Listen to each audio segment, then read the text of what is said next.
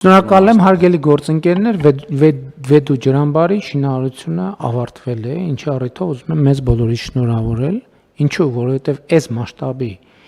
ինժեներական ջրային ենթակառուցվածքային նախագիծ մենք Երրորդ հանրապետության պատմության մեջ իրականացնում ենք առաջին անգամ։ Եվ պետք է արձանագրել հետևյալը, որ երբ որ մենք ասում ենք ջրամբարի շինարարությունը ավարտված է, այստեղ էլ հասկացությունների մեջ մենք պետքա ճշգրտում անենք, որովհետև սովորաբար նման մասշտաբի կառույցները իրենք այնպես չի, որ երբ որ էքսկավատորները եւ տրակտորները տարածքից դուրս են գալիս եւ դրանով ամեն ինչ ավարտվում է։ Հիմա օրինակ տեղի ունենում ջրալցման աշխատանքներ, բայց ջրալցումը տեղի է ունենում ինժեներական ամենօրյա սպասարկմամբ։ Եվ այսինքն ինժեներները ուղեկցում են այդ ջուրը բարձանում է, ստուգում են ամբարտակի վիճակը, ինչա տեղի ունենում եւ այլն եւ բազմաթիվ պարամետրեր, ընդ որում պիտի ասեմ, որ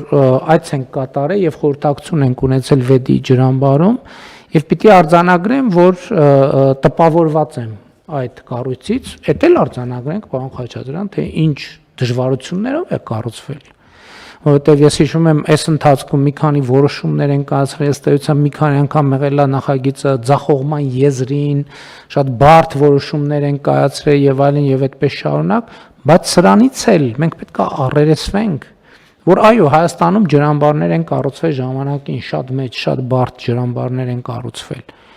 բայց ցանկացած գիտելիք եւ հմտություն, որը չի օգտագործում, ինքը մոռացվում է, այս մեկ։ Եվ երկրորդն էլ այն 5 գիտելիքը այն ժամանակվա մոռացվում է, տեխնոլոգիան էլ առաջ է գալիս, առաջ է գնում, եւ որ դու այս X կետի սկսում ես վերադառնալ, թարմացնել քո ունեցած գիտելիքը, նույնիսկ 100%-ով թարմացնում ես, տեսնում ես արդեն այդ գիտելիքը հնացած է, պետք է սովորել նոր բան, եւ այս ջրամբարը կառուցվել է բոլորովին նոր տեխնոլոգիայով, այդպիսի ամբարտակ Հայաստանի Հանրապետությունում պարզապես գոյություն չունի։ Եվ հիմա ջրալցման աշխատանքները պլանով ըստ էության գնում են եւ մյուս տարի մենք կարողանանք արդեն ռոռոկման ջուր բաց թողել թե 28 թվին։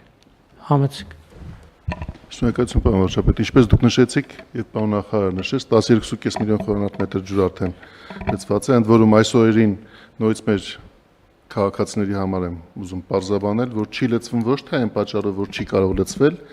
այլ այն պատճառով, որ ռոռոկման շատ ինտենսիվ շրջան է եւ բոլոր այն ջրերը, որոնք կարող էին լցվել ջրամբար, հիմա ուղղվում են դեպի ռոռոկելի հողատարածություններ։ Այսինքն մենք հաշվի առնելով ամռան ռոռոկման կարիքները,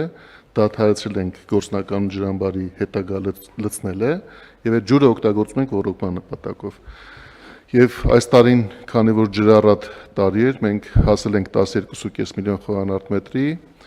իդեպ այդպես էլ նախատեսված էր, ինչպես դուք նաև ասացիք, որ պետք է փուլային լցնելով, ստուգելով, հետո շարունակելով գնանք առաջ, պետք է նշեմ նաև, որ ֆրանսիական ինժեներական կազմակերպությունը, որ եւ կառուցման ընթացքում եւ մինչեւ ջրամբարը լրիվ լցվածության հասնելը պետք է շարունակի այնտեղ մեր կողքին լինել եւ հետեւել բոլոր տեխնոլոգիական եւ ինժեներական ցուցանիշների պահպանմանը, տվել է իր համաձայնությունը հերթական, որ շարունակի ջրամբարը լցվել մինչեւ 20 միլիոն խմ, նույնիսկ հաջորդ ստուգումը լինելու է 20 միլիոն խմ նիշի վրա, որը արդեն տեղի կունենա 2027 թվականի ընթացքում, եւ եթե 2027 թվականը լինի ջրով այնպես առատ տարի, ինչպես 2026-ն է եղել, ապա մենք ակնկալում ենք, որ 2027 թվականի ավարտին ջրամբարը կհասնի լրիվ լցվածության 30 միլիոն խմ ծավալին։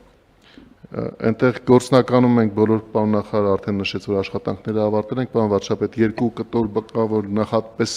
նախատեսված չէին, այն աուտավայր գնացող ճանապարհի տեղափոխումը, որ պետք է բարձրացվի հիմա վերև դա մենք զուգահեռաբար արդեն նախագծում ենք այս տարվա աշնանը կապահովենք, այսինքն որևէ կերպ չենք խոչընդոտի նաև բնակիչների համար իրենց բնական միջավայրը օգտագործելու հարցերը եւ մենք կունենանք